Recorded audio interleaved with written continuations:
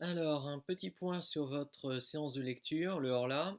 Donc, la séance 1 est une séance d'introduction en quelque sorte. L'objectif de tout votre parcours de lecture, le Horla, est de montrer que nous sommes en présence d'un récit réaliste et d'un récit qui vire ensuite progressivement au fantastique. Alors, la séance 1 commence par le début du livre, ou Incipit. Tout se passe relativement bien pour l'auteur. L'action se passe en Normandie. On nous présente un peu le personnage. Il est heureux de vivre. Il voit passer des bateaux sur la Seine. Bref, tout va bien. Première caractéristique du fantastique liée à cette séance, un récit fantastique commence toujours de façon réaliste. Les choses se passent normalement et après la situation se dégrade. C'est un événement déclencheur. Cet événement déclencheur apparaît dès la séance 2 où le héros se sent un tout petit peu mal. Il ne se sent pas bien, il tombe malade, sa santé décline, il ne sait pas trop pourquoi.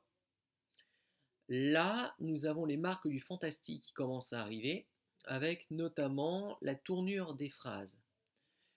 Tournure interrogative, qui est un modalisateur du doute, puisque le fantastique se caractérise aussi par des modalisateurs du doute.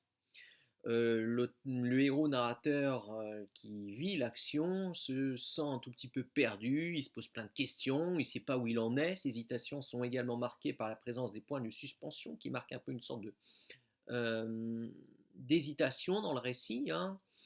D'ailleurs, à propos du récit, vous avez pu remarquer qu'une des caractéristiques du Horla, c'est que ça se présente non pas sous forme de chapitre, comme n'importe quel livre, mais plutôt sous la forme d'entrée de journal, puisque nous sommes dans l'écriture d'un journal intime. Un peu comme si on voulait se plonger un peu plus dans la psyché, dans la pensée de l'auteur. Alors justement, pour accentuer un peu cette identification du lecteur au personnage principal de l'histoire, le narrateur utilise la focalisation interne. Je, première personne du singulier. Nous vivons le récit comme si nous étions dans la peau du héros narrateur. Ça, c'est très important et c'est là encore une marque du récit fantastique. Troisième séance, l'étrange s'installe de façon définitive. L'auteur, le héros assiste. Auteur, je dis auteur, puisque Maupassant a mis beaucoup de sa personnalité dans le Horla. Un héros qui commence à perdre la raison, c'est un peu Maupassant qui, à l'époque, commence lui-même à devenir fou. Le héros voit des choses bizarres, il voit les pages du livre qui se tournent d'elles-mêmes, les verres d'eau et de lait qui se vident d'eux-mêmes, il voit également une rose qui s'élève dans les airs, qui se brise comme si quelqu'un la portait à hauteur du nez pour la sentir et puis hop, la laisser tomber par terre.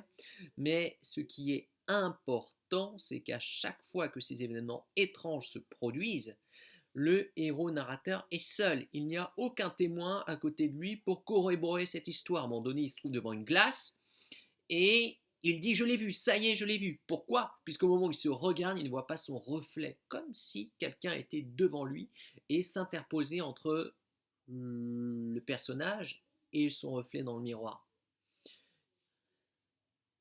Alors, tout cela est savamment mis en scène par Maupassant pour toujours se poser une question.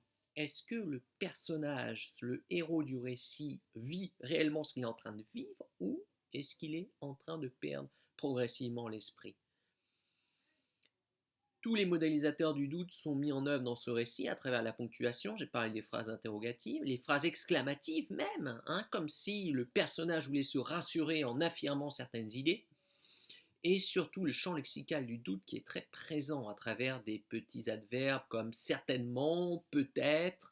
Donc nous voyons ici un récit inquiétant, un récit aussi envoûtant qui est mis progressivement en place.